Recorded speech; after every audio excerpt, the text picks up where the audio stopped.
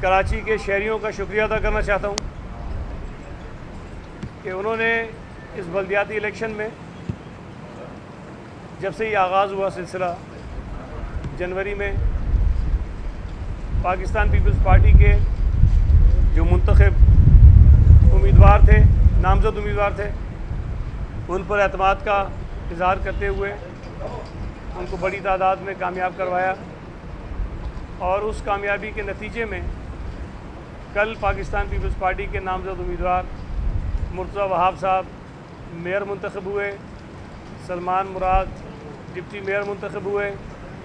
کراچی کے 13 ٹاؤنز میں Peoples party کے چیئرمین اور وائس چیئرمین منتخب ہوئے، اور یہ ایک بہت بڑا اعزاز ہے جو کراچی کے شہریوں نے پاکستان پیپلز پارٹی کو دیا ہے۔ اور بلال بھٹو زرداری صاحب، آصف علی زرداری صاحب کی جو کوششیں اور کاوشیں ہیں، جن کی رہنمائی میں سندھ حکومت اور پاکستان پیپلز پارٹی کراچی کے شہریوں کی خدمت کر رہی ہے، کراچی کے شہریوں نے اس خدمت کے صلے میں ہم پر اعتماد کیا، اور ہمارا بھی ان سے وعدہ ہے کہ انشاءاللہ تعالی مرتضی وہاب صاحب ہوں، سلمان مراد ہوں، ہمارے ٹاؤنز کے چیئرمینز ہوں، یو سیز کے چیئرمینز ہوں، کونسلرز ہوں، وہ سب آپ کے اس اعتماد پر پورا اترنے کی بھرپور کوشش کریں گے اور کراچی کے مسائل کو ہم حل کریں گے۔ اس سلسلے میں پاکستان پیپلز پارٹی جو پہلا مرحلہ جب انتخابات کا مکمل ہوا تھا 15 جنوری کو، ہم اس دن سے یہ کہہ رہے تھے کہ ہماری یہ خواہش ہے کہ کراچی سے ووٹ لینے والی تمام جماعتوں کے ساتھ مل کر ہم کراچی کی خدمت کریں اور کراچی کے لوگوں کے مسائل کو حل کریں۔ لیکن بدقسمتی سے اس وقت حافظ نعیم الرحمان صاحب کی کوئی اور ضد تھی، وہ یہ کہہ رہے تھے کہ نہیں، نشستیں ہماری زیادہ تھیں، ہم سے چھین لی ہیں، لہٰذا میئر مجھے بننا چاہیے۔ اس وقت یہ پی ٹی آئی والا رونا نہیں رو رہے تھے، اس وقت یہ کہانی چلتی رہی اور وہ کسی بھی طرح سے بات کرنے کو تیار نہیں ہوئے۔ پھر اس کے بعد جب پی ٹی آئی نے ابھی میرا خیال ہے کوئی میئر کے الیکشن سے 15 دن پہلے 20 دن پہلے یہ اعلان کیا ہوگا کہ جی وہ جماعت اسلامی کو انکنڈیشنل سپورٹ کرنا چاہتے ہیں۔ اب آپ تمام دوستوں کو جو خاص طور پہ اسمبلی میں رپورٹنگ کرتے ہیں، انہیں پتہ ہے کہ پی ٹی آئی میں ابھی سے نہیں، جب سے یہ اسمبلی بنی ہے 5 سال سے میں اس کو دیکھ رہا ہوں، پی ٹی آئی کو جب یہ مسرت کیا گیا تو ان کے اندر بڑی شدید قسم کی گروپنگ ہے، شدید گروپنگ ہے، اور وہ لوگ ایک دوسرے کے ساتھ بات نہیں کرنا چاہتے، ایک دوسرے کے ساتھ بیٹھتے نہیں ہیں۔ پھر ظاہر ہے پھر 9 مئی کا واقعہ ہوا، پی ٹی آئی کے پورے ملک میں انتشار کا شکار ہوئی۔ اب ان حالات میں اگر پی ٹی آئی کے جو یو سی چیئرمینز تھے یا کے ایم سی کے جو ارکان تھے وہ ایک جگہ یکجا نہیں ہو سکے، تو وہ الزام بھی پیپلز پارٹی پر لگایا جا رہا ہے۔ حافظ صاحب کی باتوں کو سن کر یہ لگتا ہے کہ جماعت اسلامی کے 130 اور پی ٹی آئی کے 62، یہ جو 192 ارکان ہیں، ان کو حافظ نعیم الرحمان صاحب کو ووٹ دینے کا پابند کرنا جو ہے وہ پیپلز پارٹی کا کام تھا، اور ہم انہیں کہتے ہیں کہ نہیں آپ مہربانی کریں، ہم ان کے پیر پکڑ جاتے ہیں، ہم ان کے لیٹ جاتے آگے کہ خدا کے لیے ایسا نہ کرو یار، حافظ نعیم الرحمان صاحب کو جا کے ووٹ دے دو۔ وہ یہ سمجھتے ہیں کہ ہمیں کرنا چاہیے تھا۔ میں بالکل ہی واضح کرتا رہا ہوں، پھر کہہ رہا ہوں کہ یہ ہمارا کام نہیں تھا، یہ آپ کا کام تھا، یہ پی ٹی آئی کا کام تھا، جس نے انکنڈیشنل اگر سپورٹ کا اعلان کیا تھا جماعت اسلامی کو، تو پھر انہوں نے کیوں اپنے ممبرز کو اکٹھا نہیں کیا، کیوں اپنے ممبرز کو اعتماد میں نہیں لیا؟ یہ ان کا کام ہے، میرا کام نہیں ہے، ہمارا کام نہیں ہے۔ انہوں نے ان کو اعتماد میں کیوں نہیں لیا؟ یہ جماعت اسلامی کو ان سے پوچھنا چاہیے، یہ جماعت اسلامی نے کیا انیشیٹو لیا کہ ان کو اکٹھا کریں، ان سے اپنا ووٹ مانگے؟ یہ بات میں نہیں کہہ رہا، پی ٹی آئی کے ایم سی کے ارکان کہہ رہے ہیں، آپ کے پاس ان کی میسیجز ہیں جو اپنے گروپ سے باتیں کرتے رہیں، اسکرین شاٹ آپ کے پاس موجود ہوں گی، وہ لڑتے رہیں اپنے گروپس کے اندر، کھل کر بات کرتے رہیں کہ ہمیں اعتماد میں نہیں لیا گیا، ہماری کوئی میٹنگ نہیں ہوئی، ہم سے کسی نے بات نہیں کی، اور اس انداز میں آپ نے کسی کے ساتھ وعدہ کر دیا کہ ہم انکنڈیشنل آپ کو سپورٹ کرنے کو تیار ہیں۔ اگر حافظ نعیم الرحمان صاحب کو پی ٹی آئی کے کوئی 30 سے زائد ووٹ نہیں پڑے تو اس کی ذمہ داری پی ٹی آئی کی قیادت پر ہوتی ہے، اس کی ذمہ داری پھر حافظ نعیم الرحمان صاحب پر آتی ہے کہ انہوں نے کیوں اس بات کو یقینی نہیں بنایا، کیوں انہوں نے میٹنگز ان کے ساتھ نہیں کی، کیوں ان کی جو ناراضگی تھی اس کو ختم کرنے کی کوشش انہوں نے نہیں کی، لیکن الزام پھر ہم پہ آ گیا ہے۔ آپ تمام دوستوں کو پتہ ہوگا، میں ٹی وی چینلز پہ دیکھتا رہا کہ وہ جو ناراض ارکان ہیں وہ سارے عرصے میں جب ہم پر الزام لگ رہا تھا کہ اغوا ہو گئے، حب سے بیجا میں رکھ لیا، پتہ نہیں چھپا دیا، کوئی ہو گئی، دھمکیاں دے دیں، خرید لیا، اس تمام عرصے میں وہ تمام ارکان میڈیا کے لوگوں سے رابطے میں رہے ہیں، ان کے موبائل فونز کھلے رہے ہیں، اور اگر کوئی اغوا ہوا،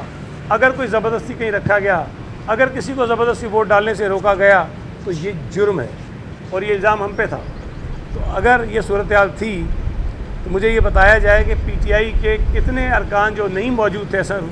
کونسل میں، جو ووٹ دینے نہیں آئے، ان کی فیملیز نے کوئی پولیس میں درخواست دی ہو، کوئی کسی کے خلاف ایف آئی آر کٹوائی ہو، کوئی کہیں جا کر احتجاج کیا ہو، وہ نہیں کر رہے تھے۔ یہ اور چیمپئن بن کے آ گئے کہ جی زبردستی اٹھا لیا ہے۔ ایک رکن کی میں بات کرتا ہوں، 3 دن پہلے میں نے ٹی وی پہ دیکھا کہ جی پی ٹی آئی کا کوئی یو سی کا چیئرمین جو ہے وہ گھر سے اغوا ہو گیا، اس کو زبردستی لوگ اٹھا کے لے گئے، اور اس کی کوئی سی سی ٹی وی فوٹیج بھی آ گئی ہے۔ میں نے خود ایس ایس پی کو فون کیا، رات میں بھی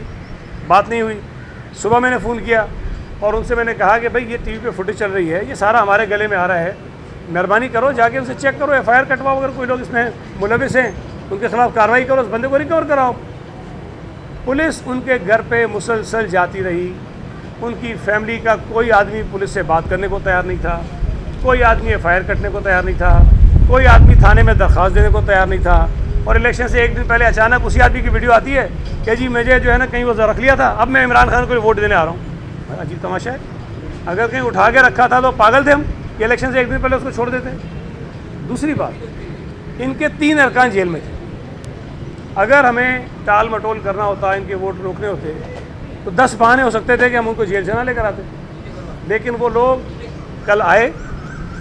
اور فردوس شمیم نقوی کے علاوہ 2 لوگوں نے ان کو ووٹ کیا۔ اور یہ بھی میں آپ کو بتا دوں، فردوس شمیم نقوی کو جیل سے لے کر آنا ہمارا کام نہیں تھا، اس لیے کہ انہوں نے حلف ہی نہیں لیا تھا، اس لیے کہ وہ ووٹر ہی نہیں تھے، لیکن نہیں لاتے تو پھر شور مچاتے۔ ان کا تو حق نہیں بنتا تھا کہ کل وہ آئیں، لیکن حکومت کی سنجیدگی کا اندازہ اس بات سے لگائیں کہ ہم نے ایک ایسے آدمی کو جو ووٹ ڈالنے کا حقدار بھی نہیں تھا، ہم اس کو بھی لے کر آئے، وہ اندر بھی گئے، مجھے نہیں پتا کیا باتیں کی، لیکن ووٹ انہوں نے نہیں ڈالا اور کہا کہ نہیں میں تو اسمبلی کی رکنیت جو اپنی وہ ریٹین کروں گا اور ایم پی رہوں گا۔ اب اس ساری سچویشن میں جو یہ ایک نیریٹو بنانے کی کوشش ہو رہی ہے کہ جی اکثریت کے مقابلے میں اقلیت جیت گئی۔ آپ کو میں یاد کراتا چلوں، حافظ نعیم الرحمان پہلے دن سے جب سے یہ انتخابات ہوئے ہیں اسی ضد کے گھوڑے پہ سوار تھے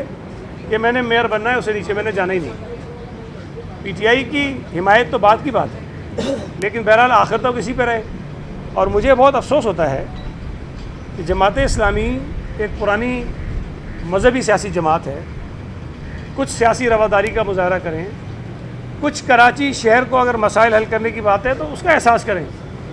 چلو جی آپ میئر بن سکتے تھے، نہیں بنے، کوئی بھی وجہ تھی، تو بھائی آپ خود تعاون کا ہاتھ بڑھائیں کہ ہم کراچی کے لوگوں کی مل کر خدمت کرنا چاہتے ہیں، وہ نہیں کر رہے، ہم کر رہے ہیں۔ پہلے دن سے کہہ رہے ہیں، آج بھی کہہ رہے ہیں کہ جو جتنا ناراض ہوگا، جو جتنا احتجاج کرے گا، جو جتنا ہم پہ تنقید کرے گا، اس کے باوجود بھی ہم تمام سیاسی جماعتوں سے جن کا کراچی میں کچھ نہ کچھ اسٹیک ہے، ہم ان سب سے رابطہ کریں گے، ملاقات کریں گے اور ان کو اس بات پر قائل کرنے کی کوشش کریں گے کہ وہ مرزا وہاب صاحب کے ساتھ اور پاکستان پیپلز پارٹی کے ساتھ مل کر کراچی کے لوگوں کی خدمت کریں تاکہ کراچی کے لوگوں کے مسائل کو ہم درست کر سکیں۔ اور سب سے امپورٹنٹ چیز ہے کہ کراچی میں جو نفرت اور تقسیم کی بنیاد پر لوگوں کو لڑایا جاتا ہے، دور کیا جاتا ہے، اس کو ہم ختم کریں۔ اور اگر کوئی دیانتداری کے ساتھ اس غلیظ قسم کی سیاست کو شہر سے ختم کرنا چاہتا ہے تو پھر میں سمجھتا ہوں کہ وہ پیپلز پارٹی کے ساتھ کھڑا ہوگا۔ تنقید کریں، میں نہیں کہتا نہ کریں، بھائی ہم اگر کام درست نہ کریں آپ لوگوں کو بتائیں، آپ جو احتجاج کر سکتے کریں، لیکن بنیادی طور پر شہر کے لوگوں کو تقسیم کرنے کا جو عمل ہے، جو سازشیں ہو رہی ہیں، اس کا حصہ جماعت اسلامی بدقسمتی سے کچھ بنی ہے، لیکن ان کو اب مزید اس میں بننا نہیں چاہیے۔ کل ایک خبر میں نے کہیں دیکھی ٹی وی پہ کہ وہ جھگڑا اس لیے ہو گیا کہ جی کچھ یو سی کے جو چیئرمینس تھے ان کو اندر نہیں جانے دیا جا رہا تھا۔ میں خود اپنے جو ووٹرز تھے ان کے ساتھ آیا تھا، 4 بسز میں ہمارے ووٹرز آئے تھے، ہم نے دیکھا، اور ہم نے کوئی کیمپ نہیں لگایا تھا، ہم نے ورکرز کو نہیں بلایا تھا، ہم اپنے ووٹرز کو لائے اور ان کے ساتھ 10-12 گاڑیاں جو ان کی تھیں، پیچھے کوئی ڈرائیور وغیرہ لے کر آ گیا، تو مشکل سے 2 درجن ہمارے لوگوں کے جو ان کے ساتھ آ گئے تھے، جو باہر تھے۔ الیکشن کمیشن نے 15 جون سے کچھ دن پہلے